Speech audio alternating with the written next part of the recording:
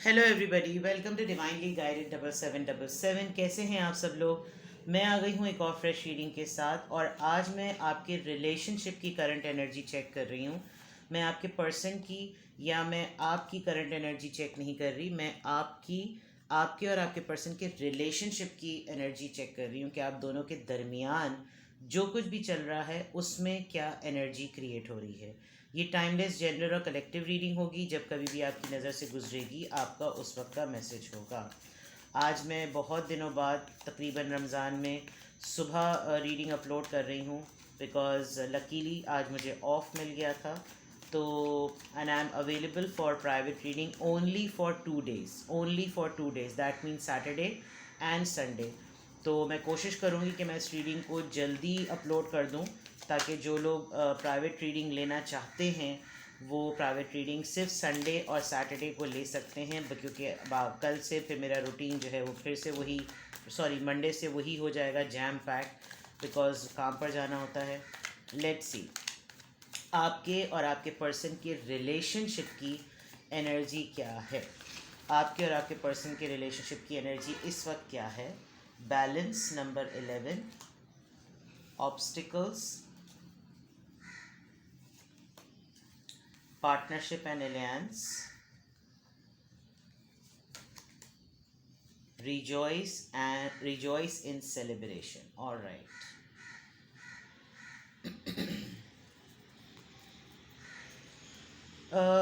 एक चीज़ तो मैं आपको बिल्कुल क्लियरली ये बताऊं कि आपके पार्टनर जो हैं वो को डिपेंडेंट हैं आपके ऊपर, ठीक है। और मैं इसमें दोनों की तरफ से मैसेजेस बता रही हूँ, क्योंकि मैं रिलेशनशिप की एनर्जी रिवील कर रही हूँ। सिर्फ आपके पर्सन की तरफ से मैसेजेस नहीं यहाँ पर नज़र आ रहे हैं, आपके भी नज़र आ रहे हैं। आपका रिलेशनशिप का कोर फोकस बैलेंस लाना है। आप चाहते हैं कि आपके रिलेशनशिप में बैलेंस आ जाए। कुछ मुश्किलात और कुछ मसाइल हैं, और वो कुछ इस तरह के लग रहे हैं कि कोई एक इंसान बैलेंस मेंटेन करने के लिए कोई इनिशिएटिव नहीं लेता। और कभी कभी ऐसा लगता है कि आपकी बारी इतनी ज़्यादा आ जाती है इस रिलेशनशिप में बैलेंस मेंटेन करने की, कि आपको हालात भी संभालने पड़ते हैं, मामलात भी संभालने पड़ते हैं, मुश्किलात को भी देखना पड़ता है। जो भी मेस क्रिएट होता है वो भी आपको सॉर्ट आउट करना पड़ता है, क्योंकि मैं यहाँ विद द बैलेंस कार्ड ये देख सकती हूँ कि आपके अंदर काफ़ी सलाहियत है हर तरह की सिचुएशन को फेस करने की। लेकिन आप कभी कभी इसमें थोड़े से उलझ यूँ जाते हैं कि आपको लगता है कि हर दफ़ा मेरी बारी नहीं आनी चाहिए, मुझे भी रेस्ट का या मुझे भी शील्ड होने का राइट है। लेकिन आपकी सलाहियत भी कुछ इस तरह की है कि संभालने में हमेशा अपर हैंड जो होता है वो आपका होता है। और आपके पर्सन बिल्कुल ब्लाइंड आप पर ट्रस्ट करते हैं कि आप जो हैं वो रिश्ते को देखते हुए, मोहब्बत को देखते हुए, चाह को देखते हुए, डिज़ायर को देखते हुए हमेशा आप इनका साथ देंगे, और आपने दिया भी है। आपका दिल नहीं भी चाह रहा होता तब भी आप देते देते हैं इनका साथ। मुझे अभी यहाँ बहुत स्ट्रांगली मैसेज चैनल हो रहा है कि इस वक्त अभी आप एक रीसेंट सिचुएशन में काफ़ी मसले में हैं। ये हो सकता है आपकी सोशल लाइफ से रिलेटेड हो, और आप किसी भी तरह की हेल्प अपनी अतराफ में देख नहीं पा रहे।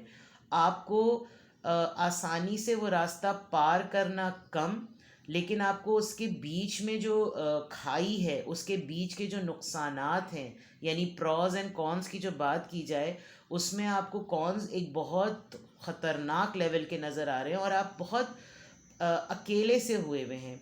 इस वक्त आपको लग रहा है कि ना चाहते हुए भी आपके पर्सन आपका हाथ थाम लें, आपको संभाल लें। लेकिन आपके पर्सन बाज़ दफ़ा बहुत नॉन सीरियस बिहेव करते हैं।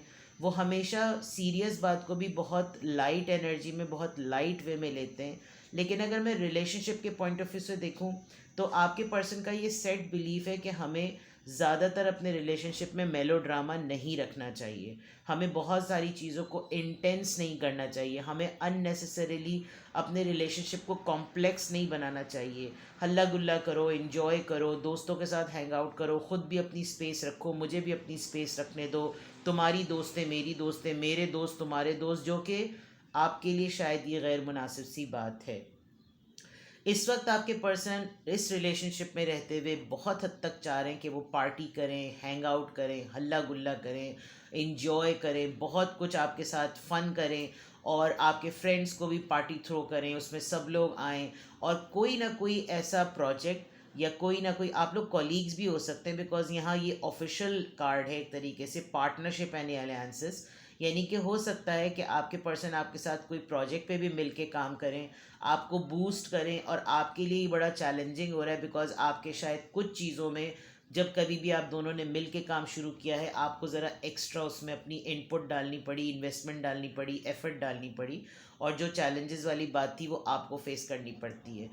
अगर आप अपनी प्रैक्टिकल लाइफ में देखें तो आप लोगों को शायद ऐसे इस तरह के लोगों को बड़े अच्छे तरीके से आप डील कर सकते हैं, लेकिन यहाँ बात सेंटिमेंट्स की आ सकती है, यहाँ बात आ जाती है इमोशन की, और यहाँ बात आ जाती है रिश्ते की। लेकिन आपके पर्सन जो हैं वो इस रिलेशनशिप में रहते हुए, यानी कि एनर्जी को अगर मैं देखूँ तो वो बड़े जॉयश मूड में हैं, और आप थोड़े से सीरियस मूड में हैं। आपको लगता है सीरियसनेस जो है वो बहुत इम्पॉर्टेंट है। लेट्स सी मोर आपकी रिलेशनशिप की energy. Disruption number 16, victory and success, triumphant and success. Choose wisely. मुझे बहुत हद तक लग रहा है कि आप लोग लवर्स तो हैं, लेकिन आप लोग कॉलीग्स भी हैं, और अगर कॉलीग्स नहीं हैं तो अपनी अपनी प्रोफेशनल लाइफ में दोनों ही लीड पोजीशन पर हैं। आप लोगों की दोनों की किसी की सक्सेस को लेकर कोई लड़ाई हुई है, कोई आर्ग्यूमेंट हुआ है, कुछ ना कुछ खटपट हुई है, और आप दोनों में से किसी एक ने किसी एक सक्सेस को या अचीवमेंट को क्रेडिट मानने की बात की। ये भी हो सकता है कि अभी रिसेंटली आपको कोई अचीवमेंट हुई हो, और उस अचीवमेंट में आपके पर्सन बिला वजह में थाली का बैगन बन गए हो कि मैं भी इसमें पार्ट मेरा भी था, जबकि जिस वक्त ये काम आप कर रहे थे, चाहे ये आपके रिश्ते की सेटलमेंट का मामला हो, चाहे आप लोगों की प्रोफेशनल लाइफ का मामला हो, अपने अपने जोन में, उस वक्त इनका रोल काफ़ी नॉन सीरियस था, और आपका रोल बहुत सीरियस था बिकॉज बैलेंस का कार्ड आया है। लेकिन आपको फिर भी इस सिचुएशन में अचीवमेंट हुई है, सक्सेस मिली है। अब इस सक्सेस के क्रेडिट को डिस्ट्रीब्यूट करने में आपके पर्सन जो हैं वो चाह रहे हैं कि उनका नाम भी इसमें लिया जाए, जबकि आप थोड़े से प्रैक्टिकल होते हुए आपको लग रहा है कि यार काम को एक साइड पे रखा करो, प्रोफेशनल लाइफ को एक साइड पे रखा करो, और मोहब्बत को एक साइड पे रखा करो। रिलेशनशिप के मैं पॉइंट ऑफ व्यू से देखूं तो आप इस वक्त सक्सेसफुल हैं। रिलेशनशिप की एनर्जी अगर मैं देखूं तो आपको अपना रिश्ता भी थोड़ा सा प्रोग्रेसिव नज़र आ रहा है, कोई ना कोई अचीवमेंट, बिकॉज सक्सेस के कार्ड 2 दफ़ा आए हैं। तो रिलेशनशिप की एनर्जी में मुझे ऐसा लग रहा है कि चीज़ें कुदरत के हिसाब से आपके फेवर में होती चली जा रही हैं। आप इंट्यूटिव हैं, और आप सेंस कर सकते हैं कि क्या चीज़ें जो हैं वो रिश्ते में सही हैं, और क्या चीज़ें मेरे पर्सन की गलत हैं। एक्चुअली आप अपने पर्सन की सही और गलत चीज़ें जो है ना वो पिक कर लेते हैं, क्योंकि आपकी अटैचमेंट है, लेकिन इतनी एक्सट्रीम पर नहीं है कि मोहब्बत अंधी हो तो आप मक्खी को भी निगल लें। ये वाली मोहब्बत आपकी नहीं है। आपकी लाइफ में इस वक्त और भी ऑप्शंस हैं, दोस्ती भी है, किसी का साथ भी है, ट्रैवलिंग भी है, करियर की भी ग्रोथ नज़र आ रही है, लेकिन मसला ये आ रहा है कि आप जकड़े हुए हैं रिश्ते में, जिसकी वजह से आपको सिलेक्शन का मसला हो रहा है कि आप जाएं तो किस तरफ जाएं। आपके रिलेशनशिप में ये भी एक मैटर बहुत इम्पॉर्टेंट है कि सीरियस नोट पे चीज़ों को कंप्लीट करने की बात नहीं होती। हम्म जब तक आप इनको कोई तड़ी ना लगाएं, जब तक आप इनको कोई धमकी ना दें, इनको कोई डांट डपट ना करें, तब तक ये इनिशिएटिव लेते भी नहीं हैं। आई एम नॉट सेइंग कि आपके पर्सन बुरे हैं, बट द पॉइंट इज़ कि आपके पर्सन मजाक के मूड में बहुत रहते हैं। सीरियस वक्त पे भी इनको मजाक सूझता है, जो आपको बाज़ दफ़ा इरिटेट कर देता है। Bottom of the deck, new beginning, yes. 1 और 0, आपके पर्सन फॉर श्योर इस विक्ट्री को देखते हुए मुझे लग रहा है कि ये भाई इसका टाइम चल रहा है, तो ज़रा इससे बना कर रखो। कुछ ये वाली सिचुएशन आपके पर्सन की बहुत ज़्यादा लग रही है, और ये वाइस वर्सा भी हो सकती है। हो सकता है आपको पता चला हो कि आपके पर्सन इस वक्त बहुत ज़्यादा पार्टी पुटिंग कर रहे हैं, और आपने जब रीज़न टटोलने की कोशिश की हो तो आपको पता चला हो कि भाई इनका तो बोनस लगा, इनको प्रमोशन मिल गई, या इनको कुछ भी हुआ है, और इनके साथ इनके पास कुछ ना कुछ हैंडसम चीज़ आई है, जिसकी वजह से ये तो फुल अपने मज़े में हैं, और आपकी इस बात पे लड़ाई हुई हो, प्लस आप भी इस सक्सेस और विक्ट्री का पार्ट बनना चाह रहे हो, जिसकी वजह से ये आपसे बात करना चाह रहे हैं। लेकिन इनको बात करने के लिए, आइस ब्रेकिंग के लिए समझ में भी नहीं आ रहा कि क्या करें। लेट्स सी आपके रिलेशनशिप की एनर्जी क्या है। आपके रिलेशनशिप की एनर्जी क्या है। Divine time, trust, confusion, chemistry, truth. बात पता चली है, यहाँ पर क्लियर हो गया। Twin flame, alright. हाँ, ट्विन फ्लेम तो इसलिए भी लग रहा था क्योंकि जो सक्ट्री और विक्ट्री और सक्सेस का जो कार्ड है, उसमें ऐसा लग रहा है कि आप दोनों, मैंने जैसे कहा ना, आप दोनों अपनी अपनी पोजीशन पर बिल्कुल एक इक्विवेलेंट हैं, दोनों लीड पोजीशन पर हैं। तो आप किसी ट्विन फ्लेम से डील कर रहे हैं, कोई ना कोई ट्विन फ्लेम फीलिंग या एनर्जी आपके रिलेशनशिप में है। तभी आपको बैलेंस चाहिए, तभी आप कोई भी चीज़ नहीं करते हुए जो है ना, आप चाह रहे हैं। ओवरऑल अगर मैं आपके रिलेशनशिप में एनर्जी को चेक करूं तो there is a lack of trust. आप दो दिल हुए में हैं। आपके रिलेशनशिप में आपको लग रहा है कि यार हर दफ़ा अपने आप को बहला कर आगे बढ़ना जो है वो मुनासिब बात नहीं है। कुछ बातों को लेकर आपको कन्फ्यूजन है, और वो बिल्कुल क्लियर है। आप वाइट और ब्लैक में काफ़ी आसानी से क्रिस्टल क्लियर चीज़ों को देख सकते हैं, इसीलिए आपके लिए ट्रस्ट करना मुश्किल है। अपने लिए तो आपने डिवाइन पर छोड़ दिया है सब कुछ, कि जो मेरे नसीब में होगा वो हो जाएगा, मेरी नीयत साफ़ है तो हो जाएगा। लेकिन ये पर्सन एक्चुअली आपसे डिटैच होते नहीं हैं।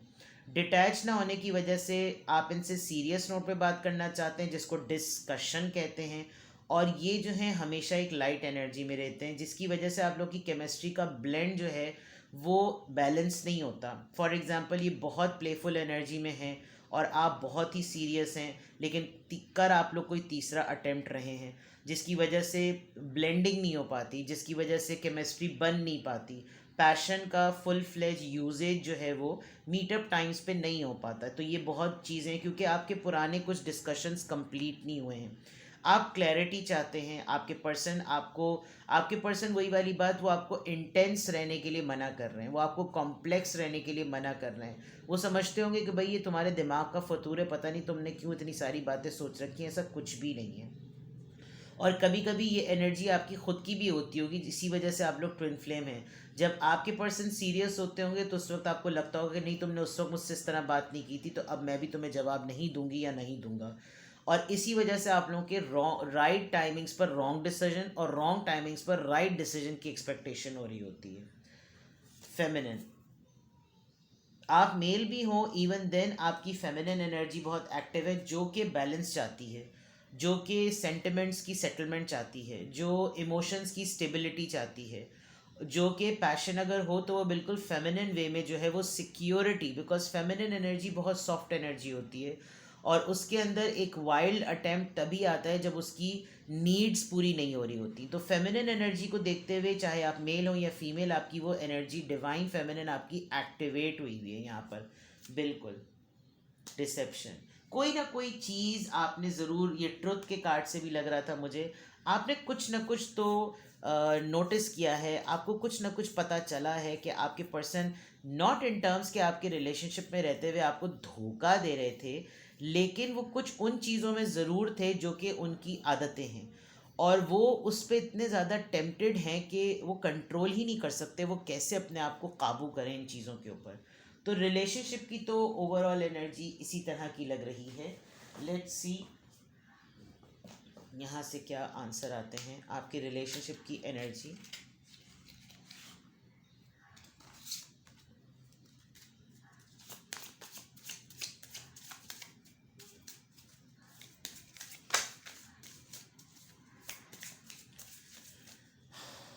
आपके रिलेशनशिप की एनर्जी, बीइंग पार्टनर, आप दोनों के दरमियान इस तरह की चीज़ें चल रही हैं? अगर चल रही हैं तो मुझे कमेंट सेक्शन में बताइए। वीडियो को लाइक कर दीजिए, शेयर भी कर दीजिए, चाहें तो अपने पार्टनर से भी शेयर कीजिए।